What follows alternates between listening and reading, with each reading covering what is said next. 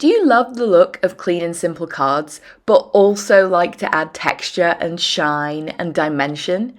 In today's video, I'm going to show you how you can balance all of those things together and still have a clean and simple card at the end of the day.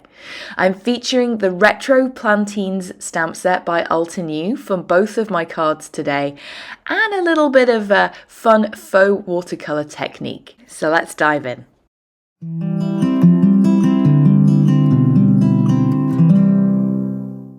Hi everyone, welcome back to another edition of Stylish Card Making Techniques with Jenny.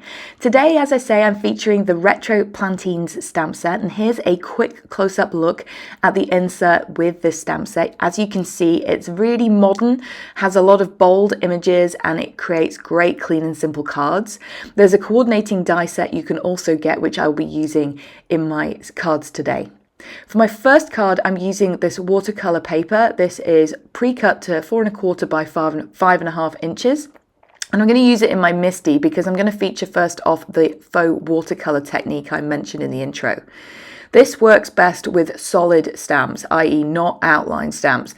And there's two great leaf images in this stamp set that work perfectly for this technique.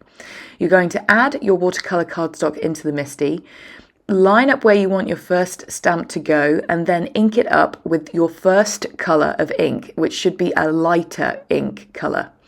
Give it a quick spritz. I'm using Altenew's Fine Mister, which lets out a really fine mist of water, and I recommend using that kind of more fine spray for this technique. You don't want too much water. I added two or three spritzes here, but I found one works best when using the fine mister. Depends on the size of your mister. I'm then going to stamp that down, let the water sort of pool a little bit under the stamp, and then lift it up. I'm going to leave my stamp in the Misty, come back in with a second color of ink. So I'm using Dewdrops for my first color and then Emerald for my second.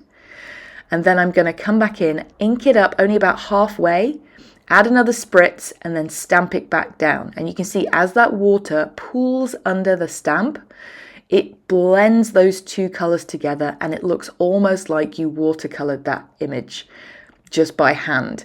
And you'll see if you get a little bit too much water on there, it does pool up towards the top, so you can just soak that up quickly with a paper towel. And I found, as I say, one spritz worked best with the Fine Mister from Altenew. And you can see I'm just going to speed this up here and repeat this. I'm only going to feature my stamps on the left side of the card. I kind of want to look like those leaves are sort of falling off a tree, gradually falling down the side of the card. And I'm going to stamp the larger leaf image first in those same two ink colors 3 times. Hanging them off the edge of the cardstock. So I'm using my larger Misty here because that's much easier to do. I'm then going to switch to the smaller stamp and then stamp that again in 2 different colors. I'm using Misty Morning and Nimbus. I didn't quite show you there. All the supplies will be listed over on the blog and down below in the video description. I'm using the exact same technique once again, and I love the fact that if I sort of tap my finger a little bit on that stamp while it's on the paper, I can push some of that darker ink up through the stem of the stamp image. So depending on the stamps you're using this technique for, you can have a play. You can see you get that amazing outline of the stem in the center, and then if I just tap it and push it, I can get that dark ink to sort of well up around that central stem. And it adds that contrast and shading for me without any effort at all. It's fantastic. And I just love that soft look of faux watercolor. These almost look a little bit like feathers. You could use maybe pinks or peachy colors. And instead of leaves, you've probably got some feathers out of the stamp set as well. So I just love the stamp set for how versatile it is. Give it a quick blast with your heat tool, and you'll see that you get this gorgeous faux watercolor look. Now, the Retro Plantines stamp set comes with a few sentiments. They're all a fairly modern font, and I'm going to use all of them in my cards today. This first one says, "Hello, awesomeness." And I'm going to stamp it down with Obsidian Pigment Ink, which is a really nice crisp black ink, one of my favorites. And I'm also, once that's dried, going to add some splatters. I wanted to add a tiny little bit of detail without adding any layers. I want to keep it clean and simple. So I'm going to smush down my ink pad onto my craft mat, my really dirty craft mat. It really needs a good clean. And then I'm going to add another little bit of a spritz of water, pick it up with a watercolor brush and just add a few splatters here and there.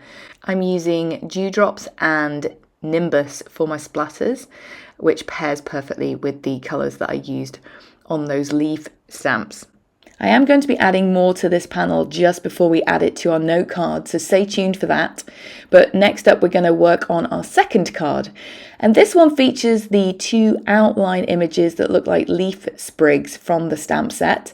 They're quite bold outlines, they're still quite thick, great for heat embossing, and I'm going to do exactly that.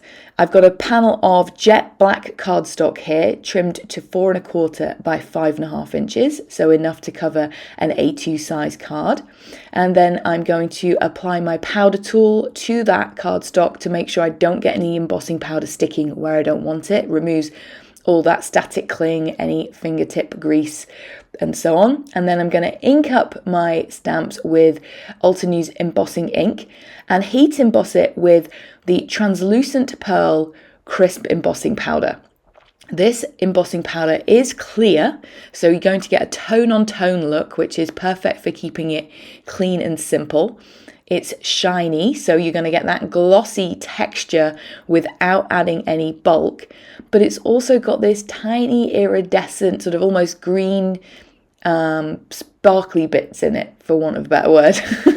And it looks gorgeous when you tilt it in the light, so it's a little bit of a step up from just normal clear embossing powder, which also works great for this technique. And it just adds this subtle shine to the background. It's not adding any extra color, but you have this little hint of a green fleck of iridescence here and there when you look at it in a certain way.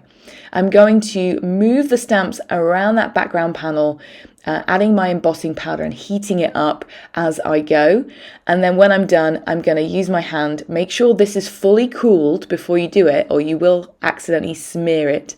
And I find this is the best way for me to remove any of that excess powder bag powder. So we've got a nice black crisp looking cardstock.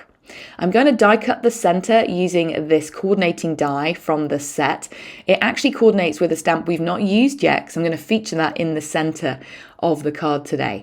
And I'm going to stamp it directly onto my note card. So this is a side folding note card, 4 1/4 by 5 1/2 inch front, so 8 1/2 inches wide, scored at 4 1/4.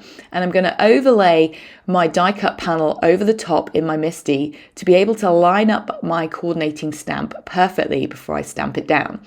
I will use Obsidian Pigment Ink for this because I want to keep it black but really crisp, and so I highly recommend, once you've stamped it, and I do a double stamp to get those solid pieces of the stamp nice and crisp, that you either use a heat tool, or if you want this to be completely flat, leave it in your Misty for 5 minutes. Because I did this twice, I smeared that ink everywhere. It is pretty quick drying for a pigment ink, but when you double stamp it, it still is a little wet and you can get it all over your fingers, and you just don't want to ruin any of your projects, especially when you're doing clean and simple.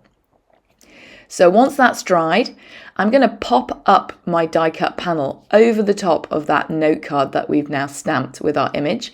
I'm using the foam tape by Altenew, and I've applied that all over the back of the panel, including some of those little pieces that sort of stick inside and go into the image itself, just to make sure that they are good and sturdy. And no matter how perfectly I line this up with this technique, I almost always have a little bit of the note card peeking out over the side or off the top. I don't know what I do wrong. I'm not an engineer. But like Jennifer McGuire, I'm sure there's a trick to it, but all it takes is just a little bit of a trim in the background and you've got a perfect dimensional card, but you kept it clean and simple. I'm going to use the You Rock sentiment from the stamp set, stamp it down Obsidian Pigment Ink, and then pop it up onto a thin strip of foam tape. And I'm actually going to keep that strip much longer than the sentiment. I like the modern look of these stamps, and I find, like, you know, that font the way it's angled really goes well with a kind of side strip like this, so I thought that would look cool. And that finishes my second card. Let's go back to that first one. A great way to add texture while keeping it clean and simple is to run your entire card panel through with an embossing folder. In keeping with the leaves, I'm using this Organic Stones dry embossing folder.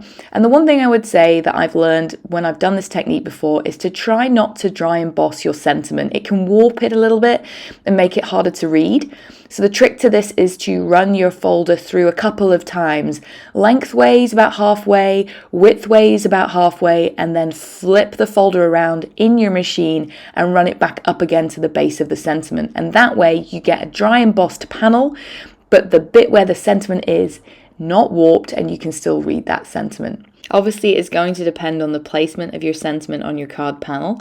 You can always pop it up on foam tape, but I really wanted to keep my card one layer for that clean and simple, purest look. And that finishes both of my cards today. I hope I've given you some tips on adding texture and shine while keeping things clean and simple. If you liked it, leave us a comment, thumbs up, or subscribe to Altenew's channel, and have a wonderful day. Bye. Hello crafters, Jen here.